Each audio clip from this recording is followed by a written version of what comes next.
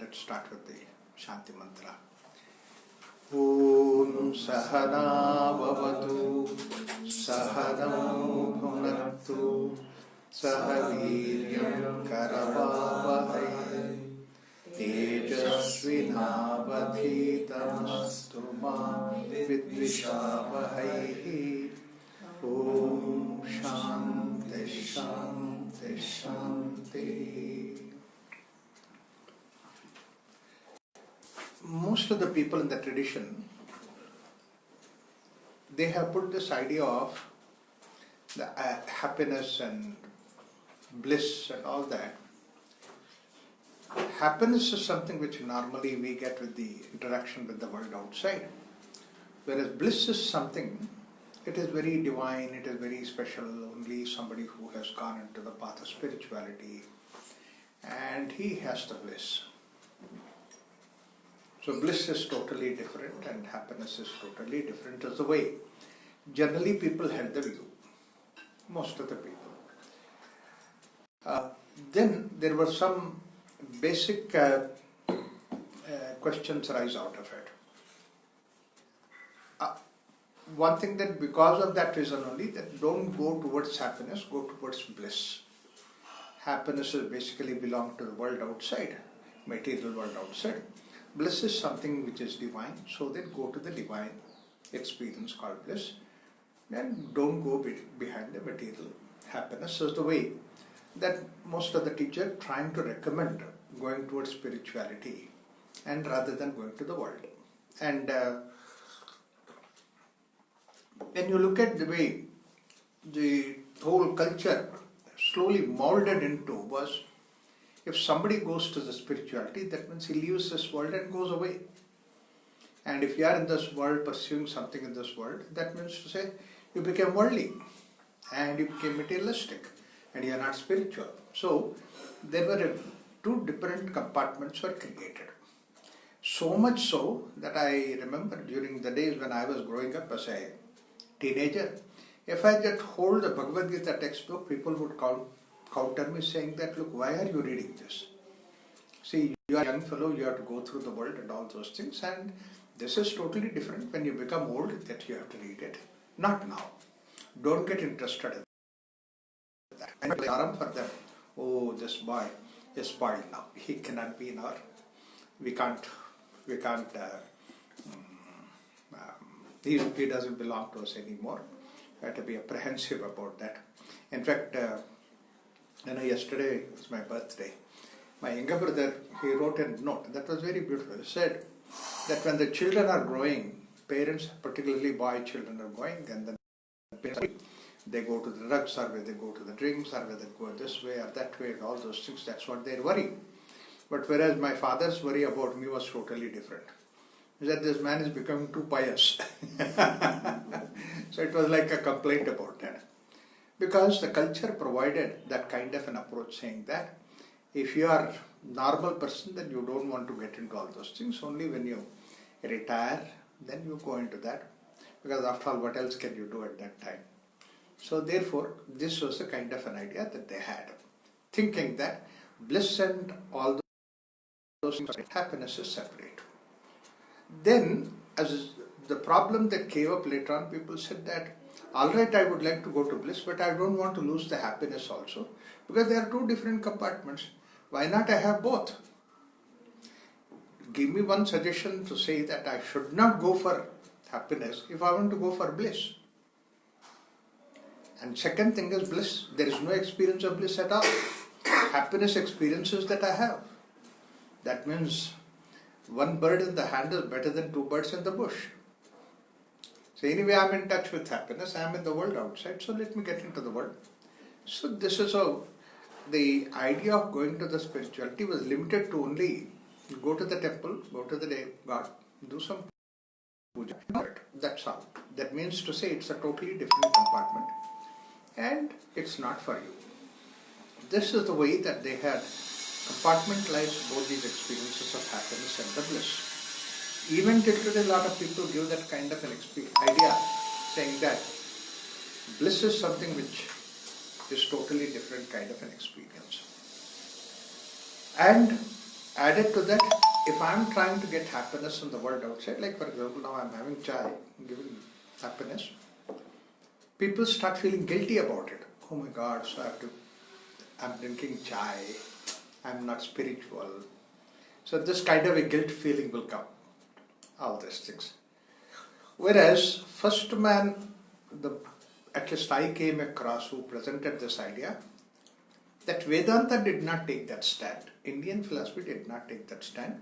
According to Indian philosophy, happiness and bliss, they cannot be belonging to two different scales. They are the same scale. That means an experience of happiness is also an experience of bliss. But then why do we have two different words for that? That is where we need to explore into it. Why is it necessary to have two different words? And another thing was that if they are the same, but experience is the same, but what is the difference between the happiness and bliss? So one thing that was made clear is that if you are inquiring about happiness, that itself is the inquiry into the bliss. There are no two different things. And which makes matter very easy, because pursuit of happiness, going for the happiness, is something which is common to everybody else. We all pursue happiness. There is nobody who does not pursue happiness. We want to be happy. In fact, all other pursuits, like a pursuit for who am I, what's my nature, pursuit of what happens after death, pursuit of what's the guarantee I don't fall sick, and this and that, all these pursuits are there. These are all lesser important pursuits compared to the idea, or does God exist is another pursuit. We all talk of God, we all pray of God, and then pursuit of God. All these pursuits seem to be something which may not be directly connected with us, but one pursuit is directly connected with every one of us, is that I want to be happy.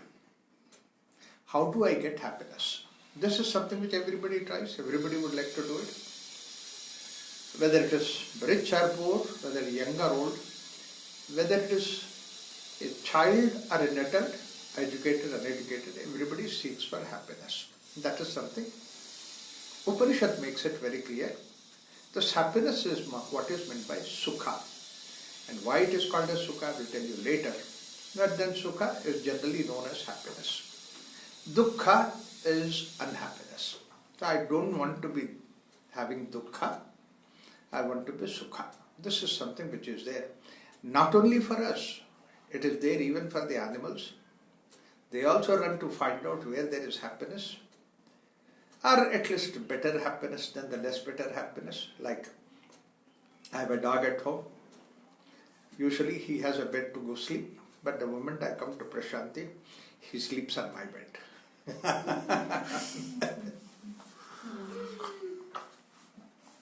Thinking that there is happiness there. Anyway, that means to even animals pursue the idea of happiness. So pursuit is a common, happiness pursuit is something which is common to everybody. And this is what Upanishad says, that we do any activity if it gives happiness. We don't do the activity if it doesn't give me happiness. Very clear. There are no confusions about that. Like for example, I say that latest movie has come on the theatre, Amitabh Bachchan movie. And then that person asked me, have you seen that movie? I said, yes, I have seen. How is that movie? He said, horrible. Then why do you ask me to go for that movie? If it is happiness, then I go for that. It doesn't give happiness, I don't go for that. This is what immediately the next sentence the Upanishad say, Sukhameva labdha karoti, nasukham labdha na karoti. Sukham, if it is going to give me that happiness, then I do it. Nasukham labdha, if I am not going to get happiness out of it, then I don't do that. Very simple. Which is, there is no complaint about it. That's what everybody is doing. I am also doing it. Upanishad also said that what is a common man is about. I am also discussing about this. Upanishad also says that I am only discussing about this, which is a common man's issue. I go to a restaurant. I want to enjoy food. I'm hungry. And then I ask him to get the menu card. And that fellow brings the menu book. These days, no more a card. It's a number of items are, 300, 400 items. It's like a telephone directory. And to search for the item that I would like to have it is so big, and I don't know which is good. But, I'm an intelligent, educated being. So naturally, I use my intelligence and call the waiter. And then waiter comes to me with happiness, with joy, because he's going to get an order now. Says, yes, do you have an order? I said, no, before that, tell me which is a fresh item here. Out of all this list, I cannot stay the whole list, but which is a fresh item. He also is smarter than me. He said, everything is fresh. I'm caught up. But then I said, you know what? Which is the best item here? And this is because many restaurants are known for the best item. So he says, everything is best here. And you are not going to order all of them.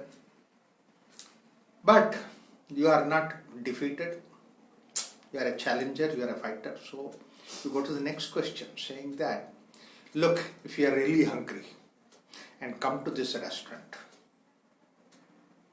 and you want to really eat the best in this particular restaurant, you are not going to order all these 300 items that are there.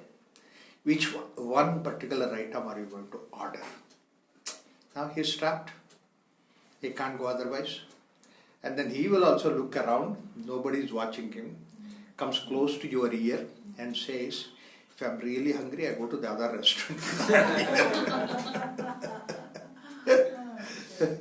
So, what do? So, this is how basically we are all looking for something which is giving us happiness. It is music, whether it is dance, whether it is anything for that matter, gives happiness. I do it. Doesn't give me happiness, I don't go behind it. Particularly in this country, you might have already noticed that this country goes crazy when there is a cricket match. Everybody is after cricket match. Oof. It's like fever for that. But then somebody who comes from America, he doesn't know ABC of cricket. And he said, cricket match. That means there is no happiness for him. So, sukhameva labdha karoti, nakam labdha na karoti. Now, just until this much, the whole world looked at it. Not only that, Karl Marx, the whole philosophy of Das Kapital, based on this giving maximum amount of happiness to maximum number of people. That's what is the socialistic philosophy Karl Marx has given us.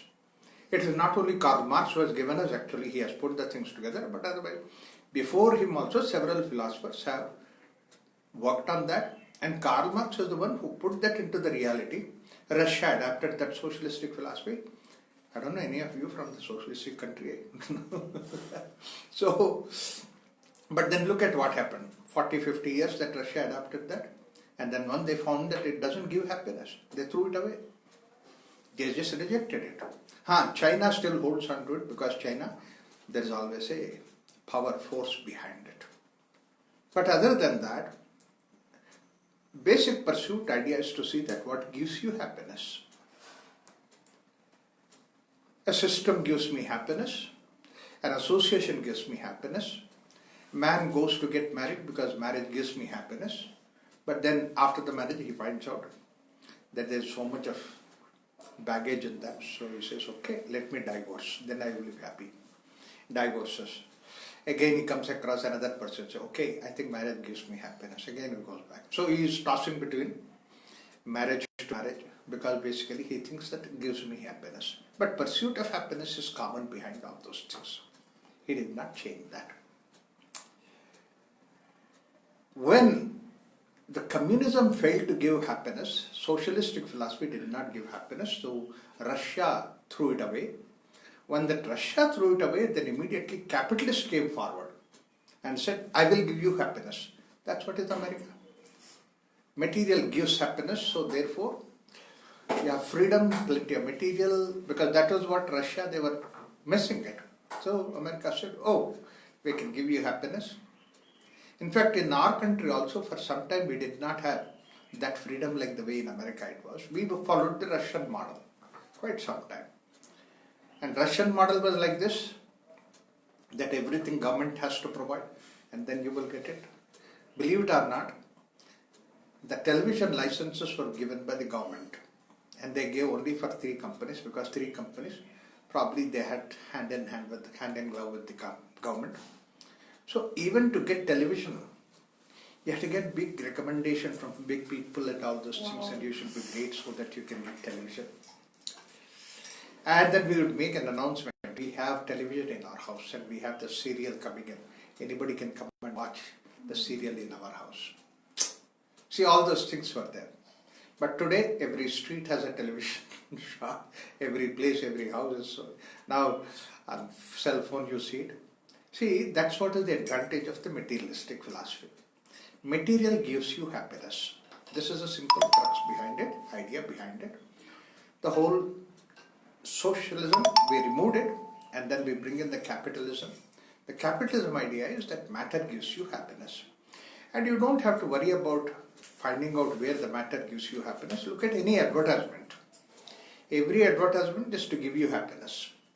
Like a Kellogg cereal fellow also, a child will come and then pour the cereal Kellogg and then milk on top of it and takes a spoonful of it, puts it in the mouth. Ah, happy. Ustad Zakir Hussain, tabla maestro, he comes onto the stage and plays tabla. At the end of it, beautiful tabla, is an extraordinary tablist, everybody knows about him.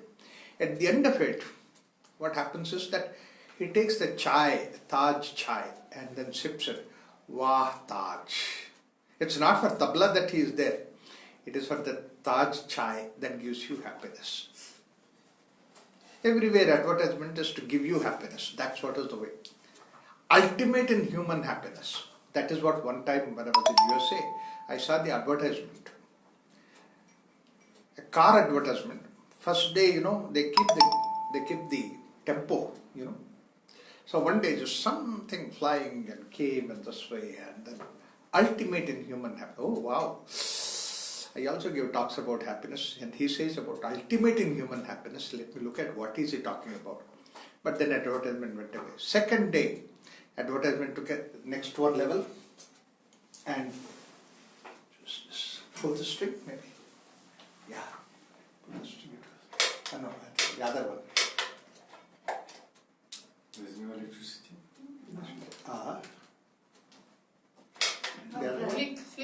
Press the plug properly, maybe. Oh, plug. Tap. Top one. Tap. Set answer. Pull the other one. Other string. Oh, it doesn't even move. Okay. I think no happiness. So then. Remove it and put it again. One side. Take this out and put it again. Yeah. That the top one. Top Oh one. yeah. Yeah. No, take this out and then put only that one, because we don't need this one now. Yeah, leave it just. Yeah. Oh. Oh. You know what? Actually, there is no power. This light is from the UPS. That's why. When it comes, it comes. Yeah. Okay. So therefore, yeah, you can keep it open maybe.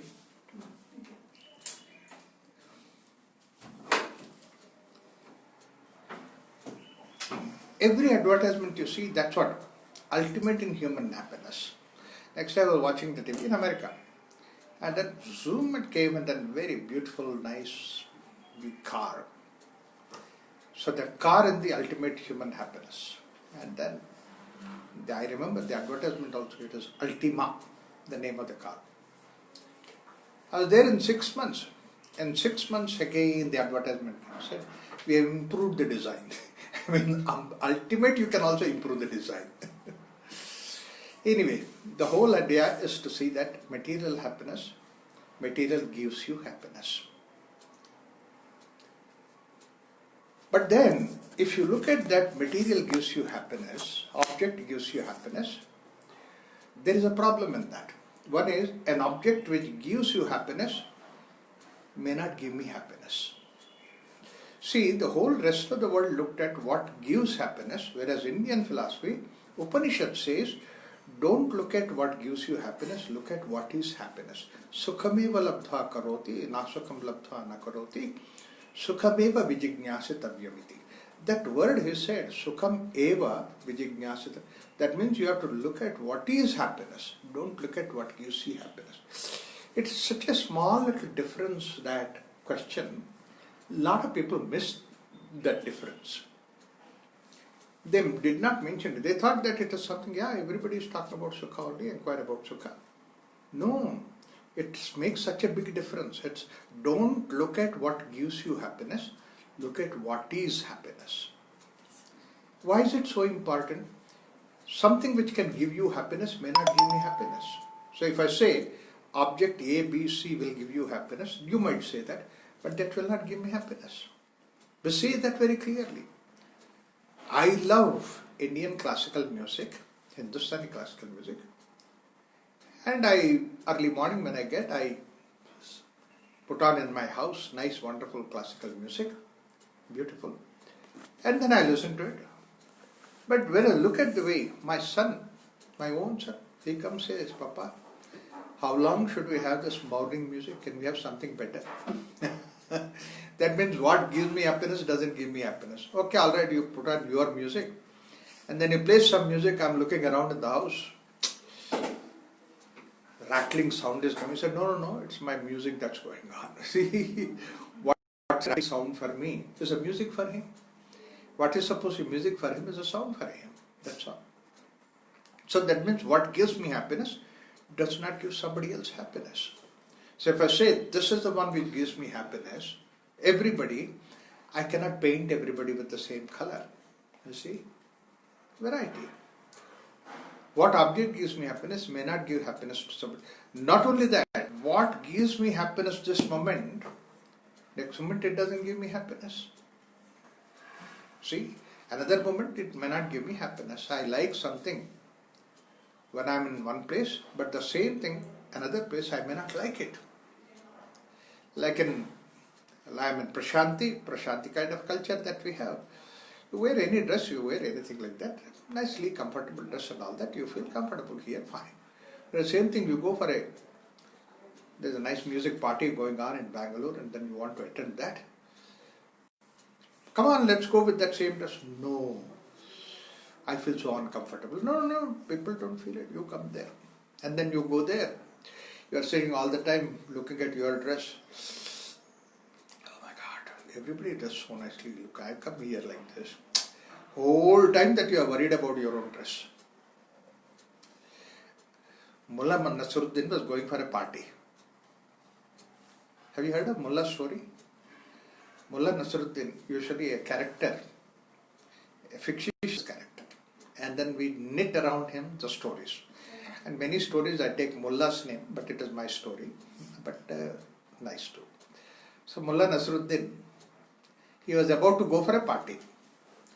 And then his friend came home. Long time friend came home. And then he said, now he can't leave his friend because after a long time he came and he's going for a party. So he was in difficulty. And then Mullah's wife understood what is the problem. And he said, why are you worried about him?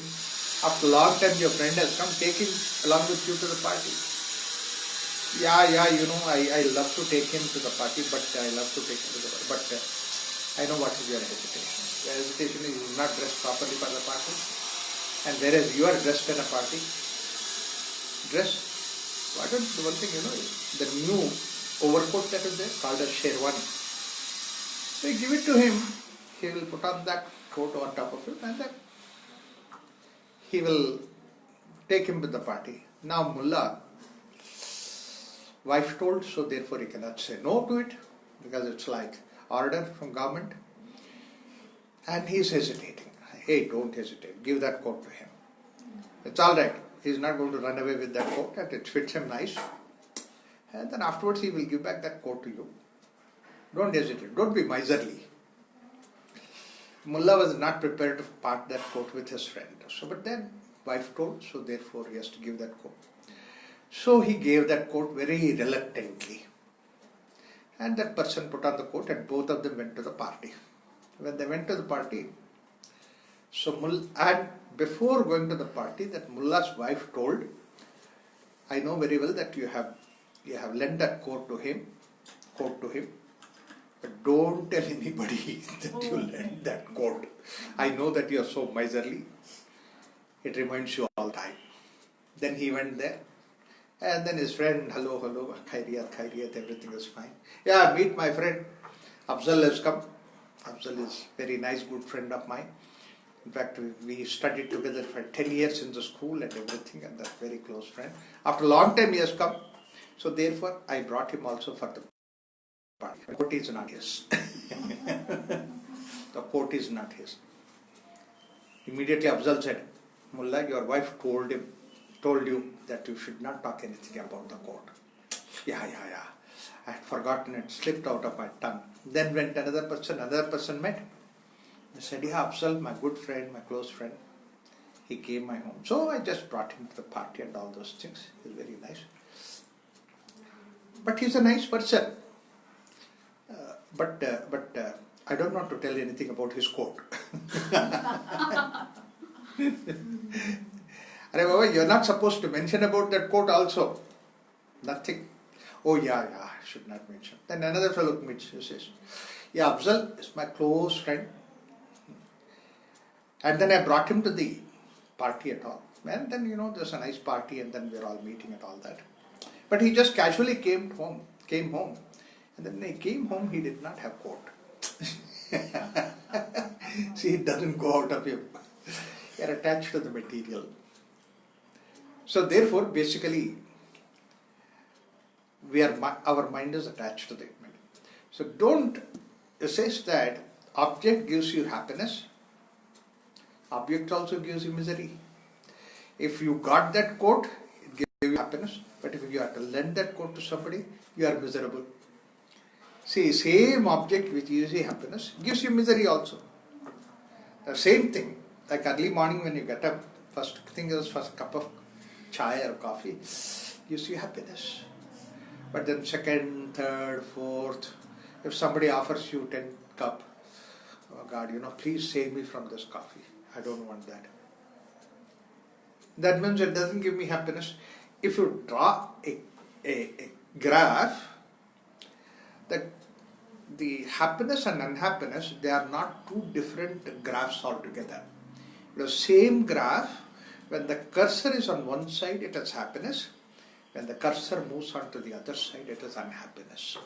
You look at everything, it is that way. A nice music you listen to.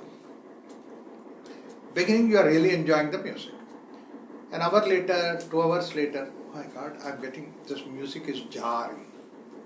The same music, same nice thing, but then why it happens? Because as we go ahead, the cursor moves towards less and less happiness. Ultimately, it moves to the negative. It becomes negative. Therefore, Upanishad says, understanding happiness is also coupled with understanding unhappiness. You look at what is experience called happiness, experience of unhappiness. Both these things are with us. We have hundreds and hundreds of experience of happiness, but millions of experience of unhappiness also.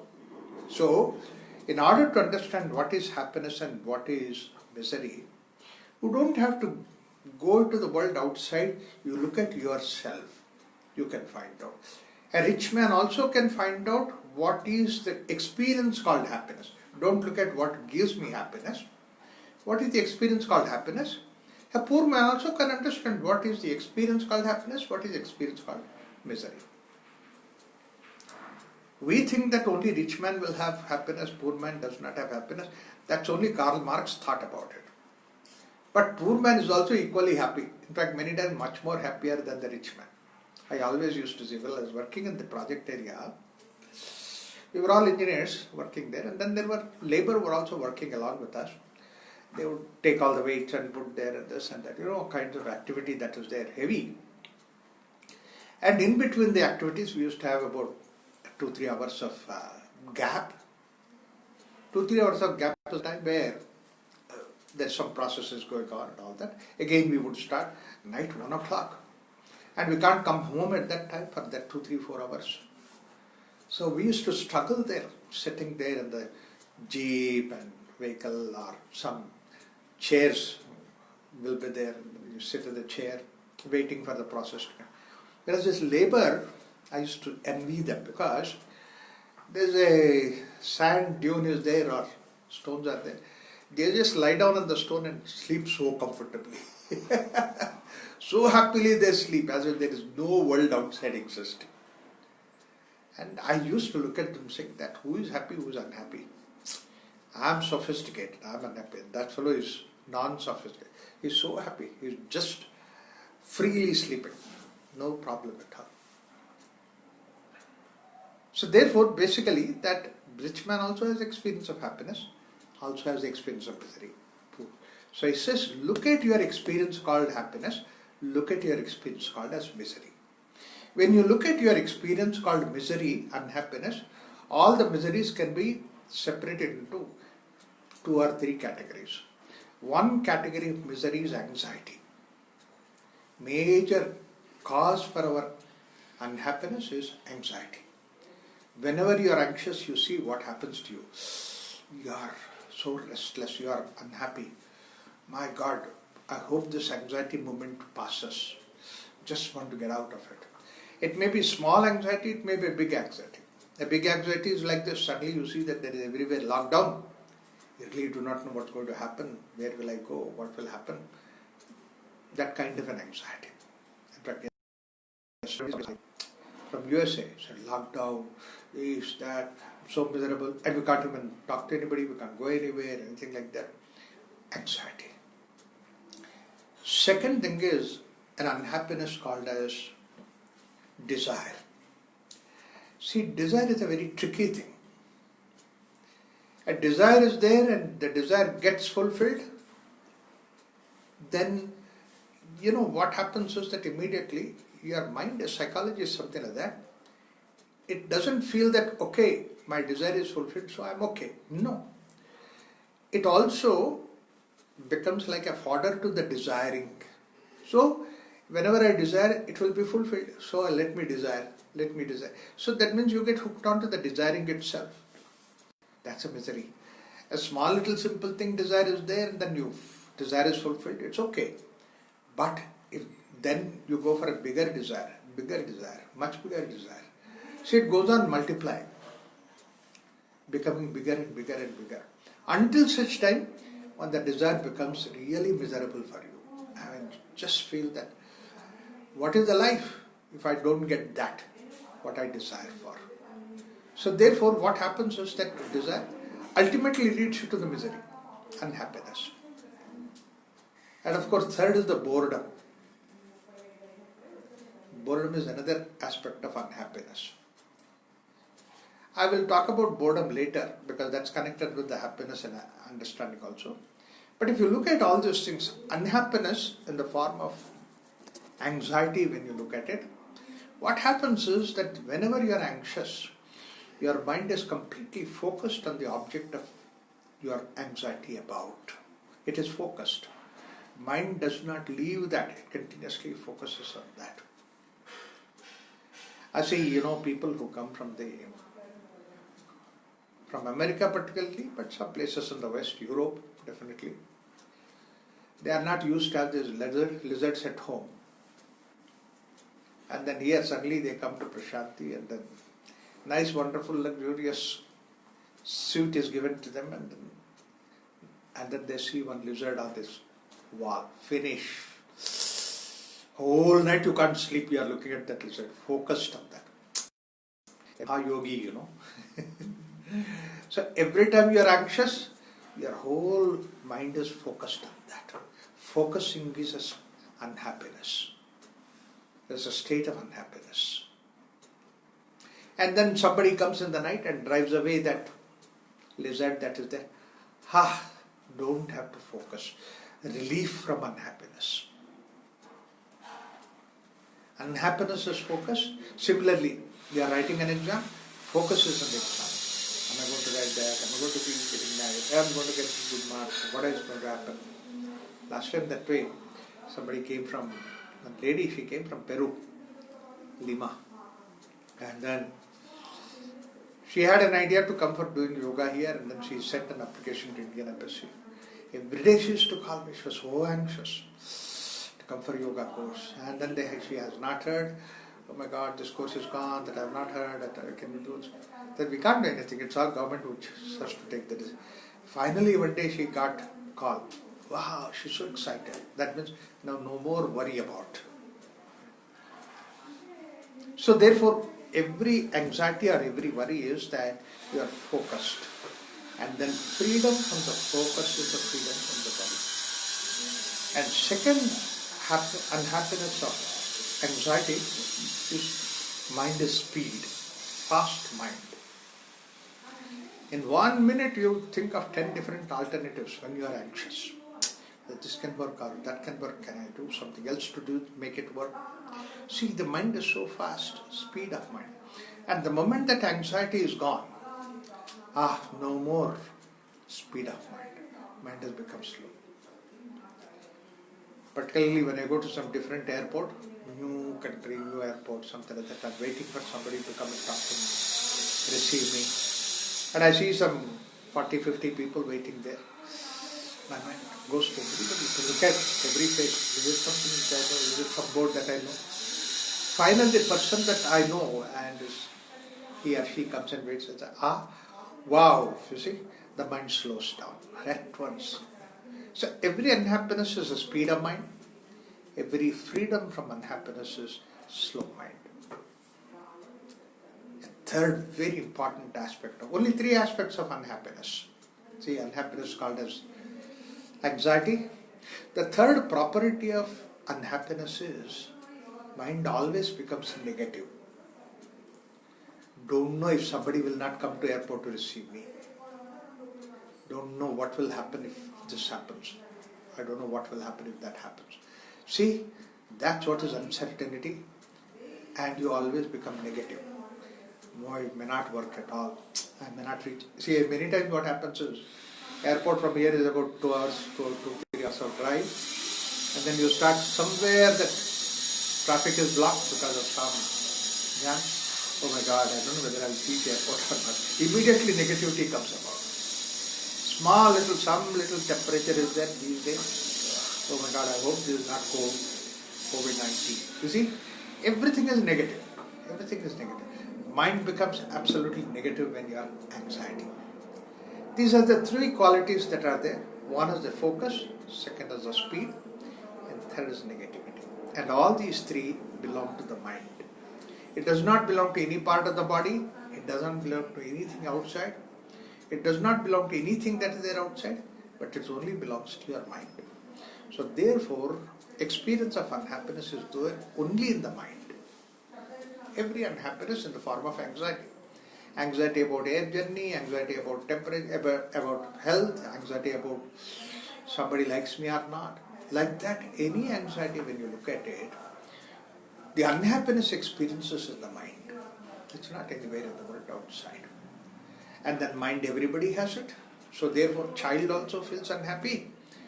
And then freedom from unhappiness, adult also feels happy and unhappiness is there within him. Rich also has, poor also has. And most important thing is, today with the techniques of yoga, we know how to manage our mind. Earlier we didn't have this technique. Now I have the technique. When mind is fast, I can slow down my mind. Because of techniques of yoga, I can defocus my mind. No, let me not focus on that. Whatever that happens, let it happen. But let me sit down and defocus. And that's what we have learned in the name of yoga. So therefore, basically, techniques of yoga will help you come to handy when you are in any state of anxiety.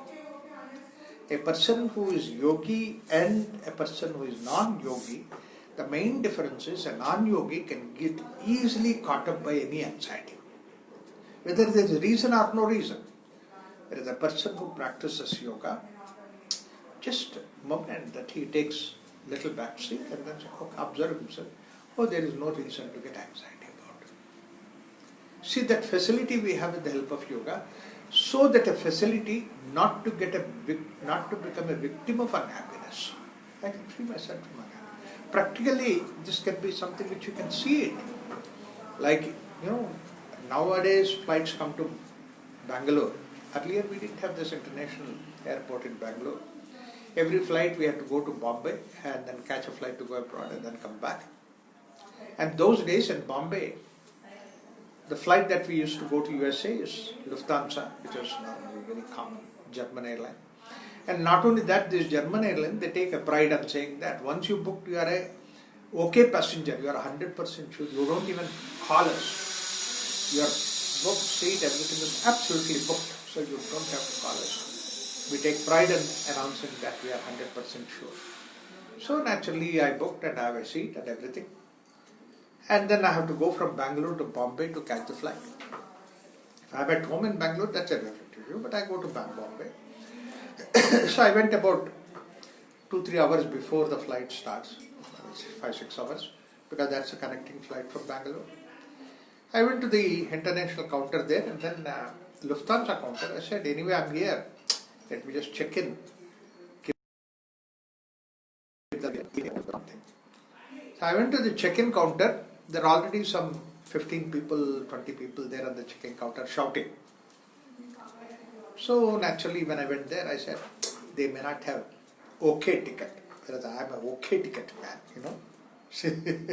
And airlines promised me that. So therefore I went there and I saw a Lufthansa man. So I asked him, so which is the Lufthansa counter for me? He said, that's a counter where everybody is shouting. No, I have an okay ticket. I'm a sure passenger, so I want to check in. They're all okay passengers only. Oh my God, now look at the anxiety. But then why are they fighting? Why are they shouting? Airlines have a provision that they can book 10% or 15% overboard. Yeah? So everybody came. So naturally, there are no vacant seats. Even the people who have already seats, there are no accommodation inside. So you are also one of them. Oh my God. So what do I do? I said, only thing is, what is the alternative that you suggest me? He said, we'll put you in tomorrow's Lufthansa flight. If you can go. Or any other day you would like to choose in the next 1 year.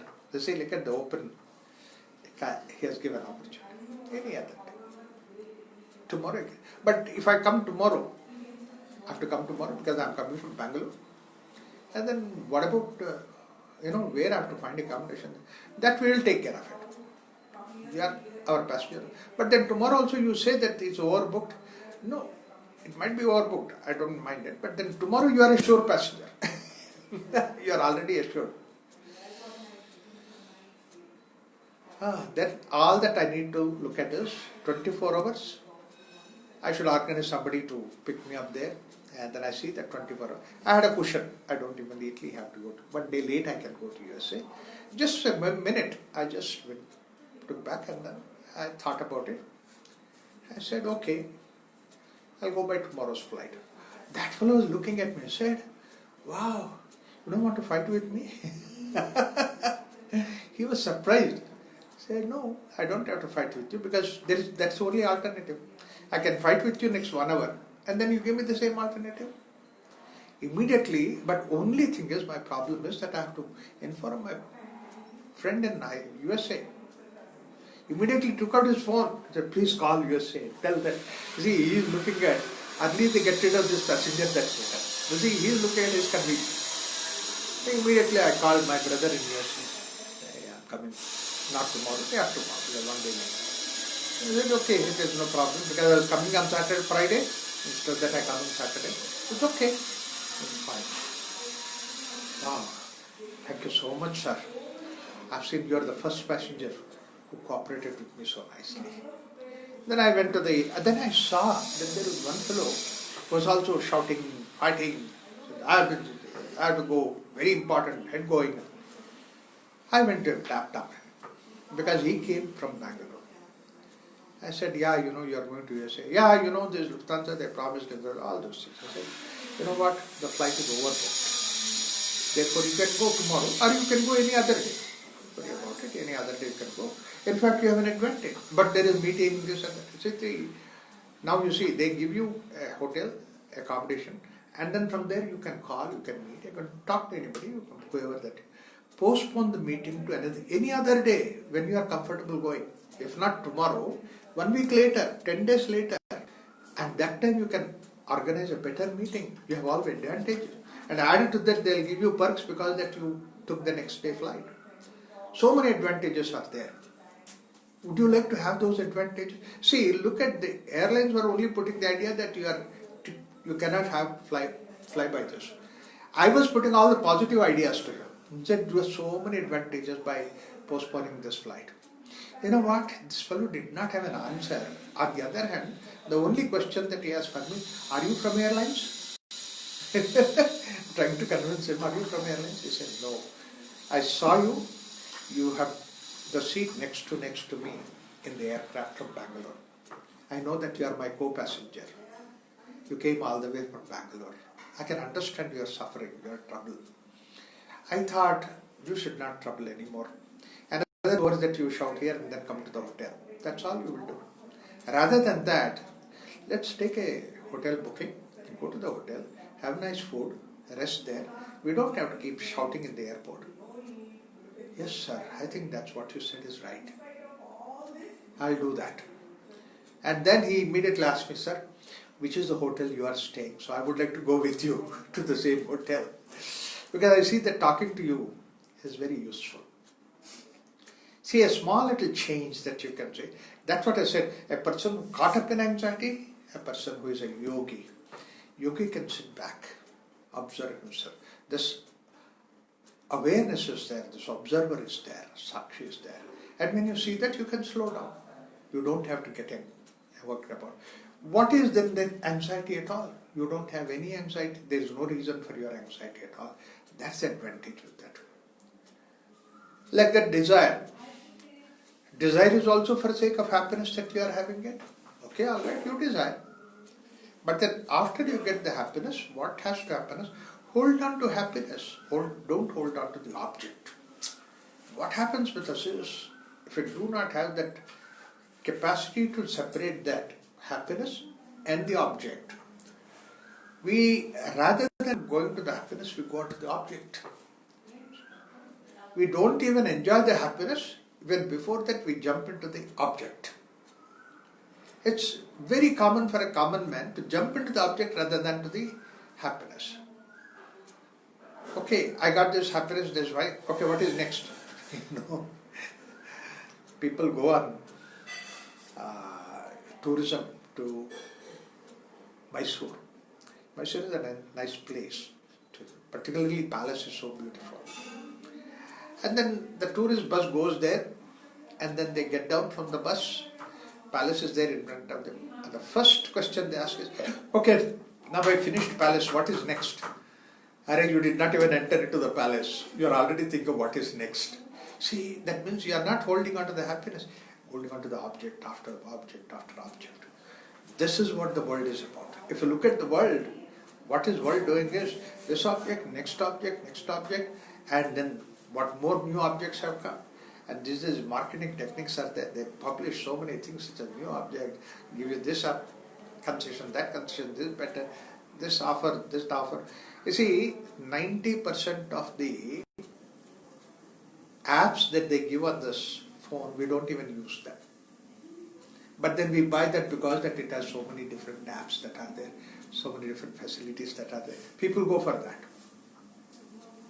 Because that is something better, something newer. This is what is the rat race that we are in. And third is the boredom. The most important aspect of boredom. We don't know what's boredom because we never sit down and face the boredom. Whenever we are bored, immediately we try to run to something or the other to hold on to. Like for example, I'm bored, let me go and eat some masala dosa so that I can engage myself. I do something else. I go to the canteen, have to pick up something, or listen to some music. Boredom is basically that if you sit down, then there is boredom. You don't sit down, you engage yourself in some activity. And the most wonderful thing is gossiping. People sit down and gossip hours together just to get rid of this boredom. We don't face the boredom. Music, these days the music is so thick, they put the earphones and the music is continuously going on all the time. And that music, not that really that you are interested in that music, but to just to burn that boredom force. Boredom is nothing but a restlessness force within. That's why you spend that. You can't sit quiet. That's why Vedanta asks one simple question: can you sit quiet? Can you be quiet by yourself? How long can you sit quiet? 10 minutes, 15 minutes, half an hour? Without any music, without any gadget, this and that or something, can you sit quiet? No. You can't sit. In fact, when I told this to one of my friends in Houston class, in my class, when I said, one American lady was there in Houston in my class, she said, Raghuram, you know what, after listening to your talk, I found out that in my house, that wherever I would walk, I would have a TV. And TV has to keep continuously running. If it is not running, I'm bored. So I found out that on the weekend, I put off something like 30 TVs in my garage. And then suddenly I realized that I don't need TV. Wow, you are getting restless, boredom.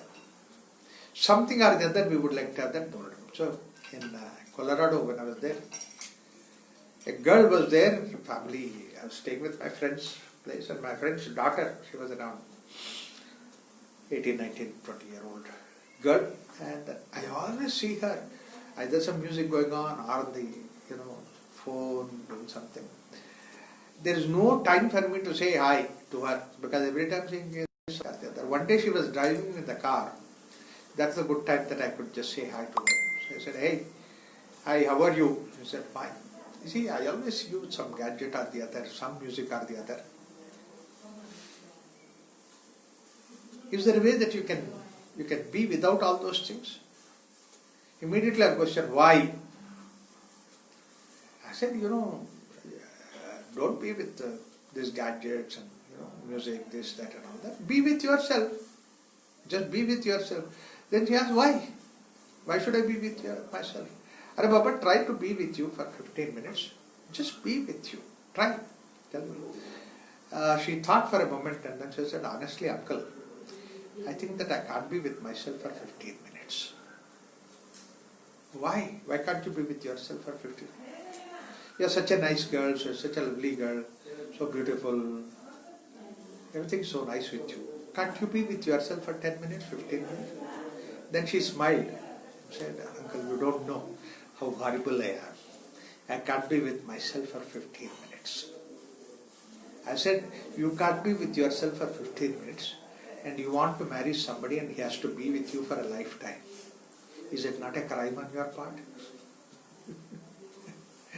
Because we can't be with ourselves. That's the idea is we can't befriend ourselves. We can be a friend of a music, friend of this, friend of that, but not a friend of ourselves. We are restless.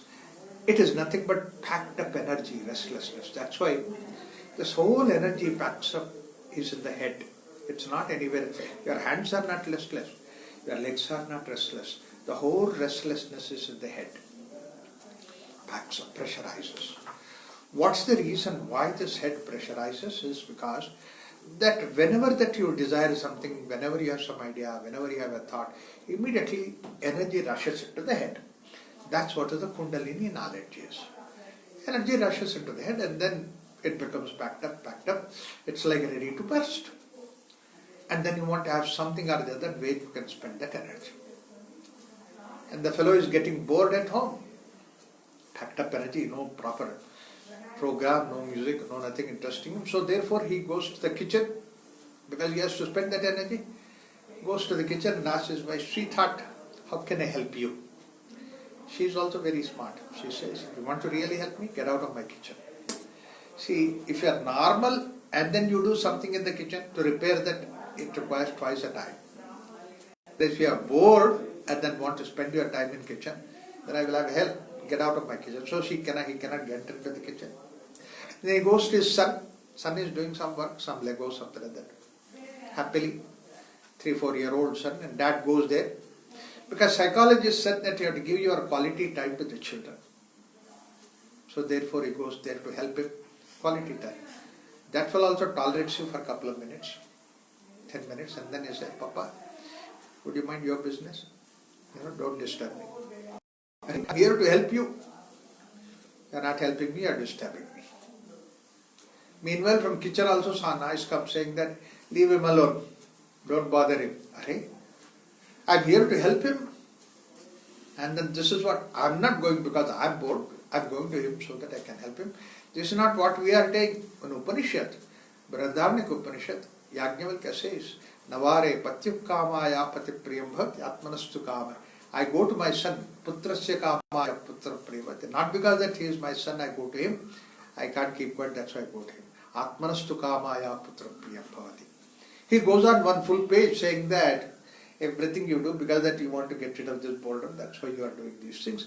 Ultimately comes to that line, that is a very interesting line in that Upanishad says, my dear friend, you are reading this Upanishad, not because this Upanishad is great, because you are getting bored, therefore you are reading this, but I know the secret.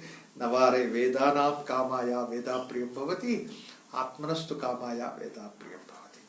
Even that book also you are reading because you are getting bored, therefore you are reading this book. Man becomes restless. And now this restlessness is connected with the age, connected with the technology, with the society development. When 100 years ago, man was not this restless. Man was very peaceful. Remember those days, your own grandfather was there, my own grandfather was there. There was no gadgets, no radio, no TV, no nothing or anything like that. They were very peaceful. Even till today, when you go to some of these ancient, tribal areas and all that, they don't have any of those things. But they never complain of boredom. They are peaceful. As the technology developed, we are becoming more and more restless. We have more and more gadgets. We never knew when we were children about the gadgets like, all these video games, this and that. None of these things were there. We never had any idea what is called as Toys R Us. Whereas today, look at that. It's not the Toys R Us there outside. Every house has a Toys R Us. That means the children getting bored so much. With all those things, they get bored. Restless. 5 minutes they can't keep quiet. That's why they have to have all the video games and this and that, all kinds of things that is there. Because man has become more and more bored. And that boredom, one of the important aspects of that boredom is that you become bored with any small little thing in short while. Like earlier, we would watch a nice wonderful opera music or Indian classical music for 3 hours. It was so wonderful. Today we can't sit down for 3 hours and watch anything. Just don't have any. Football game, that was fast. Nothing can be slow. If somebody watches slow game, I think something wrong with your mind, that's what they say.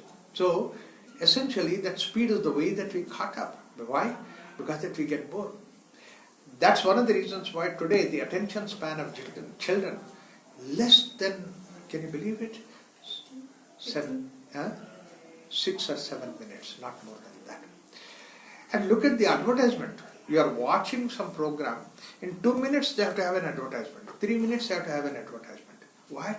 Because more than that you get bored. You have to have an ad. Ad is a diversion, then you go back to that. So we are so bored. Attention span is not. Child complains about boredom. So early on, I always used to remember that even when I was 20, 30 years, I never knew what is called as boredom. I heard about boredom only when I came to this field of yoga. Otherwise, and I remember at that time my grandfather used to sit, there's nothing that is there. Evening he would come back from the field and then sit down in a chair. Relax, there is nothing to do. And he would not sleep also until about 9, 10 o'clock that in the night that he would sit down for 6, 7 hours, no complaint of any boredom. But then look at the way, generation later, 2 generations later, we are complaining. I never knew what is boredom when I was 7, 8, 10 year old. But my son went 10 year old, so Papa, I'm getting bored. Now today, 3-4 year child will say, I'm getting bored. 3rd, 4th year, they don't know anything else, but then they know what's called as boredom. Probably if you do not address it now, this restlessness, probably another couple of 2-3 generations later, child will be coming out of mother's womb saying bored. He will not cry anymore, he'll say bored. You had to put some video game inside the mother's womb when she is scolding. And not only that, added to that, the amount of, see how sensitive, boredom is also another thing is sensitive. We become so sensitive that we become allergic to everything. Allergens were only 70 or 80 allergens that were there, and half of them, more than 3/4 of them, we never find in that area. I used to wonder, all these things allergens, we never knew what is called as allergens. Whereas look at the way in 10, 15, 20 years, the way that the number of allergens have gone is so much that today people are allergic to everything, allergic to every oil, allergic to every wheat, every kind of a thing, every rice. My God, which is supposed to be a staple food, people are allergic to. In fact, I've seen another worst thing is that children are allergic to mother's milk. That means how deeply the allergy gets into them. If a child just born cannot take mother's milk, then what else the child will take? This is the kind of allergies that we have. It's all because man is becoming more and more restless. And what is this restlessness when you take it? It's nothing but this energy which is going up, packing up in your head and getting packed up there. Unless until you spend that energy in some activity or the other, you do not feel comfortable. So we spend that energy in the form of listening to the music. We spend the energy in the form of gossiping. We walk away that energy. People are becoming bored up, so therefore they walk that energy. You talk away that energy. And a lot of people, because that they are getting bored, they eat away that energy. Because of that, they develop obesity.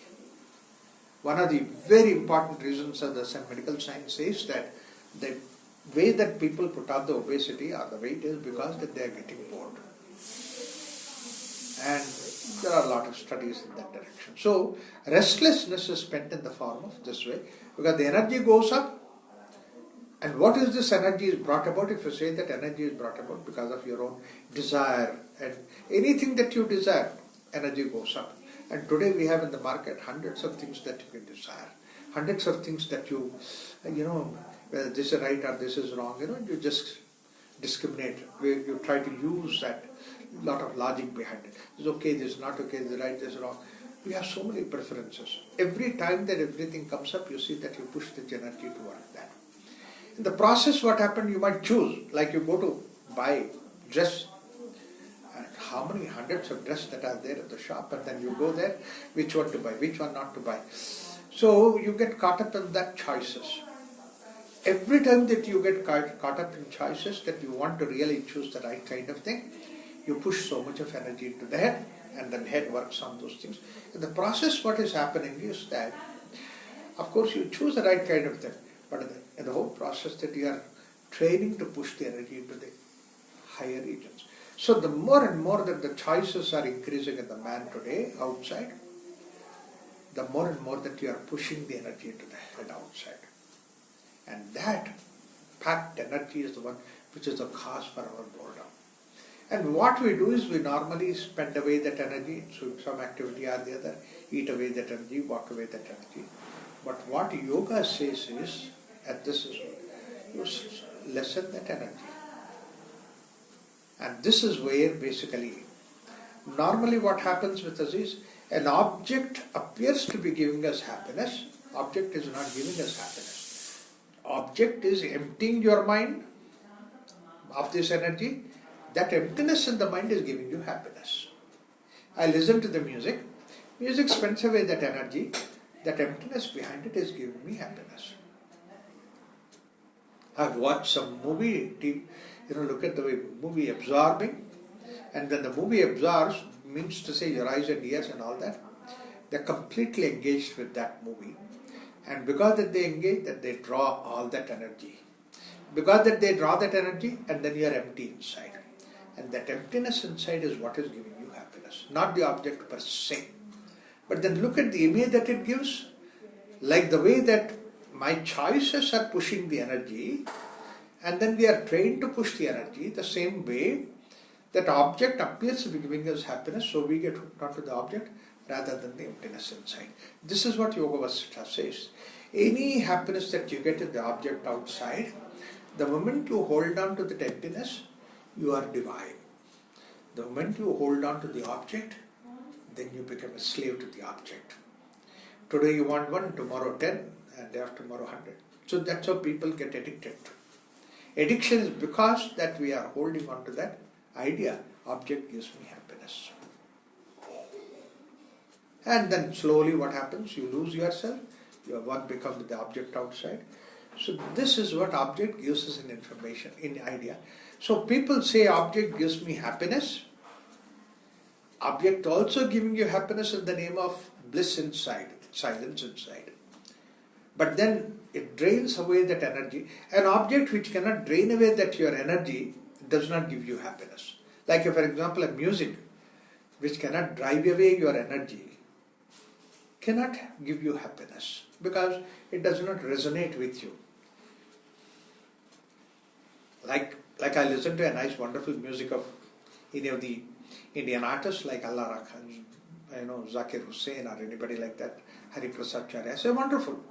Similar like that any other Western music like Whitney Houston and all that. Wow, such a beautiful music. I can listen to her for 3-4 hours because it drains away that energy and I'm peaceful inside. It's not that she is giving me happiness, but it is that emptiness that is created in my mind is giving me happiness. But then the moment that I hold on to the object outside, I get addicted to it. I hold on to the silence inside. Then that is what is bliss. That means to say, that silence, that what we call it as happiness, if it is that you reach it without the help of any object outside, we call it as bliss. Difference between happiness and bliss is, happiness appears to be connected with the object, whereas bliss is no object at all. There is no. Then the question comes, do I have that experience where there is no object but my mind is empty? That's where we have deep sleep state experience.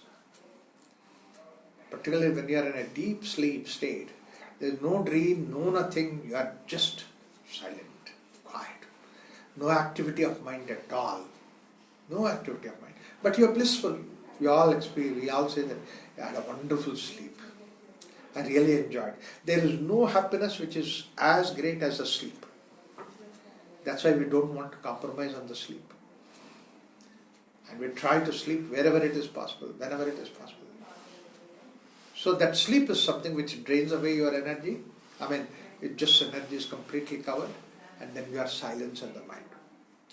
Silence in the mind so much that you don't even know where you are, you don't even know how you are, and you don't even know how long did you sleep.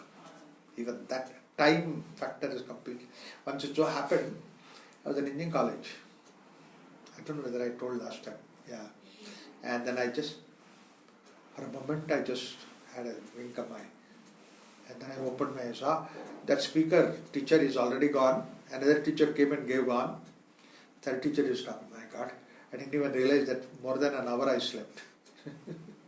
That means time factor is gone. Mind becomes silent. That is where basically deep sleep state you get the experience of bliss, happiness. So it's not your talk that's giving us happiness right now. It's the silence. See, there's one thing. This is like a gossip. And a gossip that I give, every gossip is something which, behind that gossip, your mind is empty. That gives you happiness. And there's another thing. Any talk, anything that you give, which always directs your mind towards that happiness, towards that bliss, it also suggests that emptiness in the mind. So therefore they say that these talks on Vedanta, philosophy and all those things, they always put your mind to that state of experience. You see, without an experience you wouldn't be talking. Like for example, how you go back to you're in Bangalore. Yeah, mango? Yeah, mango is a wonderful fruit. I really taste. You see, when you are telling that expression itself shows that you are experiencing that taste of mango inside. So every time that you have an experience of silence, you are actually experiencing that and talking about that. Expression and experience, they go together. That's why these talks are supposed to be a sadhana for oneself and a chodhana or a inspiration for the others. That's why this. In fact, all these people who get the experience of happiness is because of the silence inside. That's what is the way Upanishad talks about very beautifully. It says that, happiness. Happiness is such an abstract thing that you can't find a unit for happiness. Like, for example, I'll ask you, how many units of happiness you have? There is no way that how you can. But then Upanishad is very intelligent. It talks about units of happiness. It says 1 unit of human happiness. And what is that 1 unit of human happiness? It says that a youth. Because you can think of happiness of youth is the extreme sense of old age. What can you enjoy? Youth is somebody who can enjoy. Child, he cannot enjoy because that he has not yet developed the faculties. So yuva syat, he is youth. Not only he is young, but he is youthfully youth. Some people are there young, absolutely no youthfulness in them. He says yuva syat, sadhu yuva, youthfully youth. What is meant by youthfully youth? That means to somebody, whatever the way supposed to be a young person should do it, he should be doing it. Say that, there's a nice, wonderful hotel, restaurant is there, the food is there. Wow, can we go now? See, that's what is youthful. There's a story that one of our leaders used to say that. Happiness is Ananda, you know that. And Ananda people also have the name of Ananda. Particularly Maharashtra state, a lot of people have this Ananda. So there was a child who was born, given name as Ananda. Say Ananda was born. And then exactly 9 months mother carried and he was born. And then he cried so much everybody knew that he was born. Stopped crying. And then like the way that there are, the scales, yardstick. So when he's supposed to get up, he got up. When he's supposed to walk, he walked. When he's supposed to run as a child, he did that. When he's supposed to go to school, he started, parents put him into the school. And then he was 100% going to the school, what the mother said, and then he should come back. And then he went to the primary school. Mother said, walk by the side of the road. So he walked by the side of the road, went to the school and came back. And then he went to high school. He said, don't turn here and there. Because high school is... And then he went into the college. Okay? Bend your head down, look at the road and go. He bent his head down, never looked into the gun. Walked there and came back. Don't go into bad company. Never went into bad company. And then he passed his college, went to the job, 100% job attendance. And then job has given him some promotions and all this. And one day he has a child. And after that, he got retired and he retired. People said, now you are retired, you don't go to the office. He didn't go to the office. And he was 80 years, one day he died. He died. Is it a story? Story means somebody should be running behind girls and getting beaten and then also, all kinds of things. Did he try this experiment, that experiment? He never tried all. And if you don't do all those things, where is the question of happiness? See, we always say that you buy a mango and eat. It's not as tasty as you steal some mango from the garden and eat it. That's so wonderful. Something like that you should do.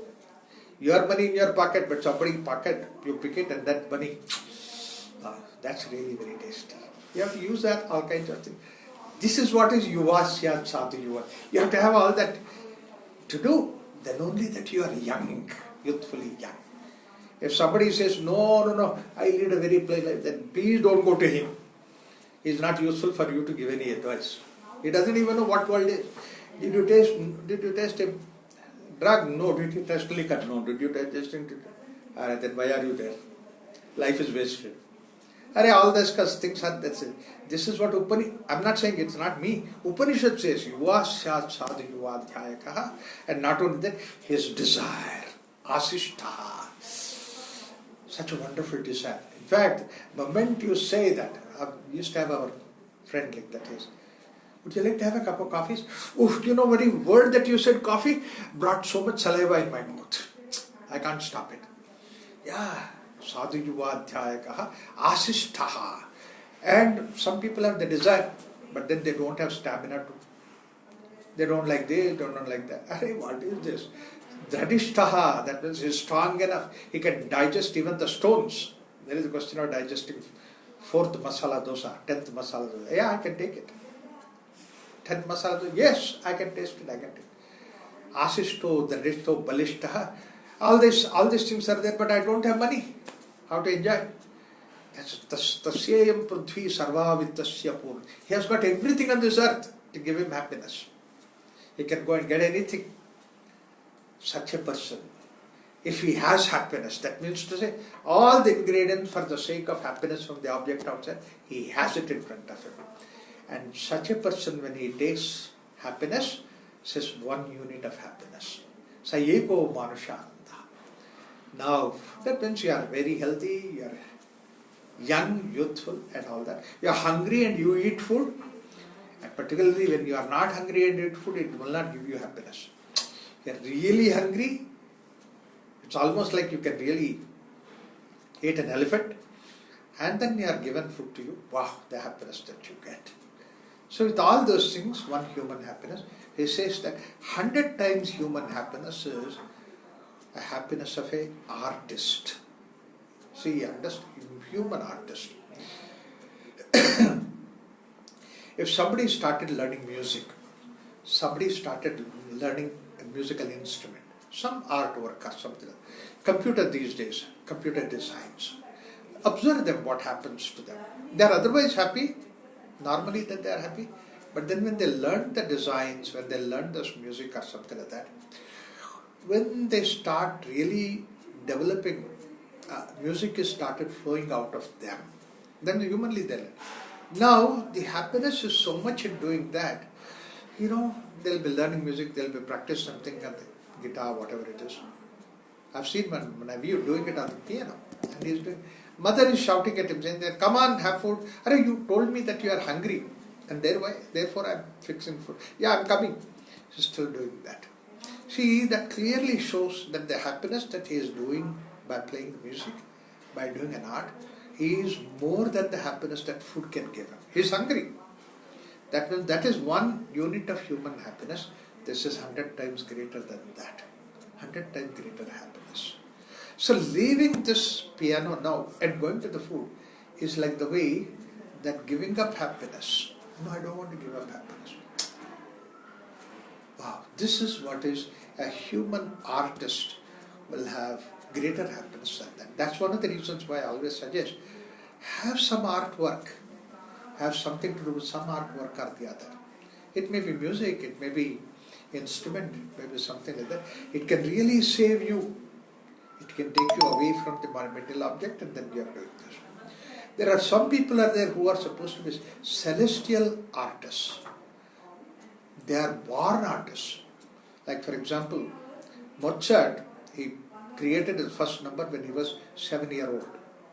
7-year-old, nobody knows about music also. Whereas this man created such an extraordinary, wonderful music at 7-year-old. What must be the happiness they would have it? We have umpteen number of artists like that today. A painter can have that kind of an experience of painting. And that artist, that painter's happiness when he is painting is so extraordinary, 100 times more than the ordinary human happiness. He would not go for food, he would not do that. So that's what is the level of happiness that somebody gets it. Michelangelo is one such person. I went to Beethoven's place. I saw that the instrument on which Beethoven really created all those numbers. When I looked at, my grandfather has a much better picture, the instrument than Beethoven had. But look at the artist's work that he has done. Small little place, nothing to have. These are all the great artists who are there. So that means their happiness is 100 times more than the ordinary human happiness. You know, every culture has that kind of child prodigies artist. These days actually there is one, what's her name? Polinsky something. One girl is there.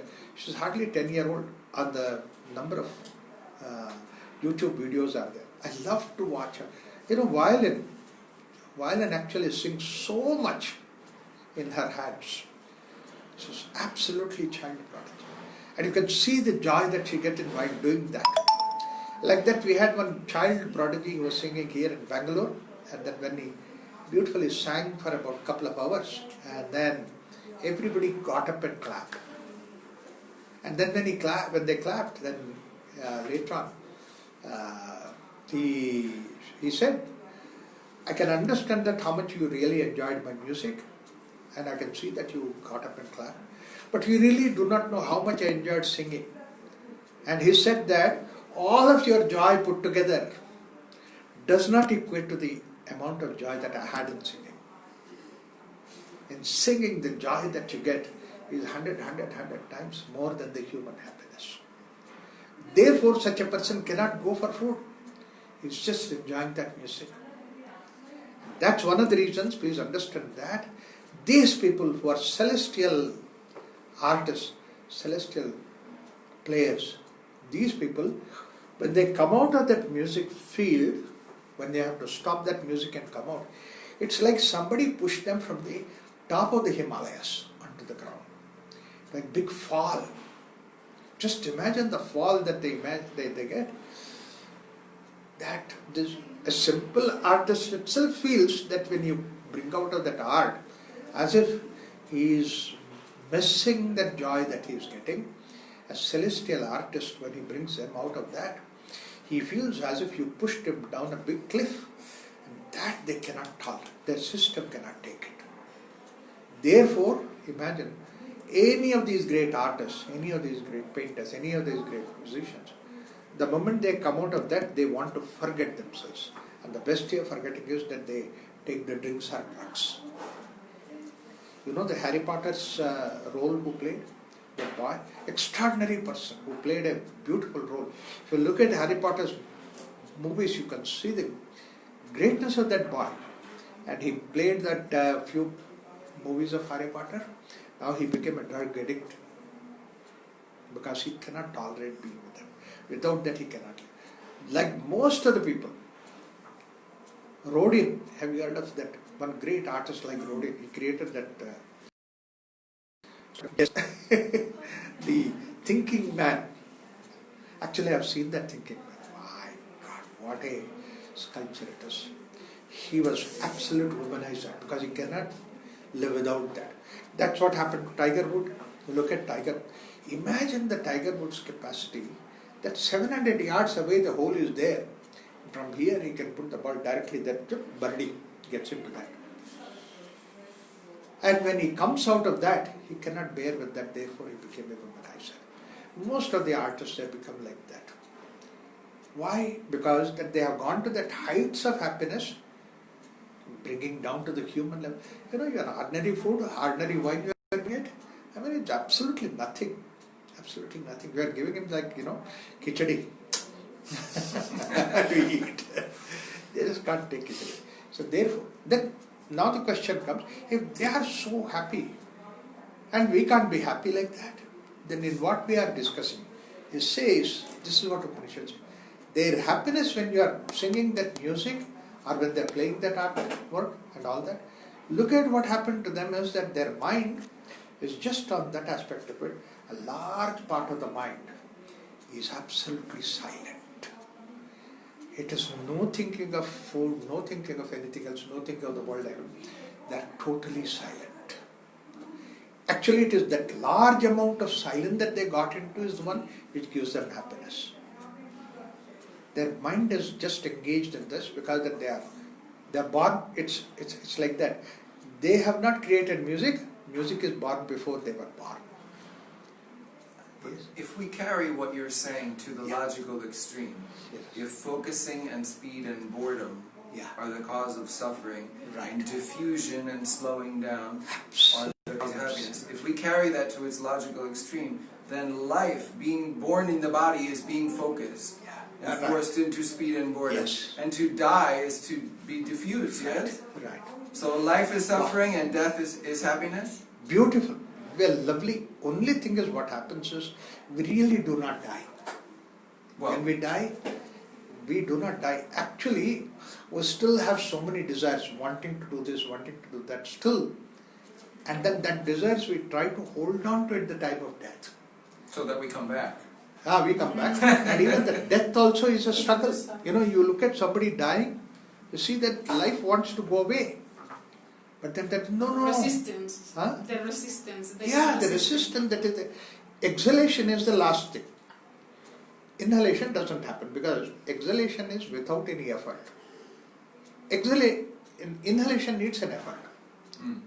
And then the system does not have that much of energy to put an inhalation effort. But then you struggle against the system. Want to live. One more breath. One more breath. Yeah, there is one book that is called One More Breath. That is the one book somebody has written. So that is what struggle. And you know, if you are somebody near and dear, there says, no, don't worry, leave it. Don't hang on to this because the system is not cooperating with you. Leave it. So we don't really die. And then we hang on to that and we come back. Because of the mind. The mind is still holding Mind its is desires. still holding on to wanting to do something. To breathe again. Yeah. Even a person like Rabindranath Tagore, who created such an extraordinary, wonderful music, he created the whole lot of things. Rabindranath, he created music, he created literature, he created novels, he created books. Tagore. And then at the time of almost like about to die, 2-3 days, his friend came to him and asked, I think you must be the most satisfied person to die because you did it all. He said, yes, I thought of creating, that's all. I have not yet started my creative work and then I'm dying. Even for him, he is like that. He says, I started my work. See, he said, it's a very beautiful expression that is there. I only now tied the strings for my violin. I have not yet started playing the violin. See, that desire is the one which holds on to it. That's what is the struggle. For somebody who doesn't have any more desire, that Vivekananda, he just decided, okay, now I'm going, over. And this man, you are reading the book, you also, I told you last time also explained. Last day, he was in the small little different, so that he was in the when the people came to know they're not well, people rushed to him. And it was tiring. Morning to evening, some visitor or the other talking to him, it was tiring. The evening that we were there, Nagaratna and myself, we were there, and said that it's very tiring for you because visitors were there. So we should not allow the visitors to come. Well, let him be peaceful. And nothing is wrong actually, just a little small a few things. So. But then he said one thing before we leave. See, don't allow anybody to come in, but Raghu, it doesn't apply to you. I want you to come. I'm an outsider like him, I'm his brother. But I want you to come because I love talking to you. So then I went there that day. And I was the only person who was there. My another brother-in-law was there. His wife, we were there. And then till the evening he was there. In the evening he said, okay, I think I will take leave now. I don't have any more desire. Just like, I'm just leaving this place, takes and see off everybody. So whoever is there, his brother, his sister, and his brother-in-law, and few people were there. He started telling them, okay, I think I take leave of you, I'm going. Just like talking to anybody. So what are you talking about? No, I think I've done enough and now I can go. His wife and everybody said that. And then I asked him, said, what is that? No, you stay and let me take leave of everybody. Literally he took leave of everybody as if he is going away from this body. One could clearly see in his dialogue, him going away and then you manage. Then finally Why did he ask me and Nagaratna to stay? I go with both to the laboratory where they're testing some more tests that they want to do it. We'll go together. So he sat with me, myself and Nagaratna, and he was there in between us, and then we drove that place. After going there, it is night, 10 o'clock. Then he was taken to OT for the this. At that time, he said, Raghu, I think now you take care of, whatever that's happened, you take care of it. I'm leaving you. Living happily, don't worry about it. Finish, it's gone. He has no more desires. Freedom from the desire. What you said is very true. Death is a freedom. Real freedom. So we just need to be ready for it. Yeah, preparing for that is what's good. Of course, this moment, I have nothing else to do. I am completely fulfilled. If you have that immense sense of satisfaction, look at the artist, just sitting and singing, doesn't even bother about how many people are there in the audience, how much money that he gets or anything like that. Just that singing itself gives him happiness. Gives him happiness. If you are able to do that quietude, that's what is freedom. For that only we are doing all this yoga, all these things to see that. Can you be satisfied person all the time? Any moment, this moment I'm satisfied, you should say, yes, I'm 100% satisfied. I'm in such a way that the cup is full, whatever that I talk is like the way overflowing. Such a person, any activity he does, it's like overflowing. Like the way a plant is full, the overflowing of the plant is the flower that you get it. That's why it is beautiful. The tree is full, absolutely full. And the overflowing of that fullness is the fruit that you get out of the tree.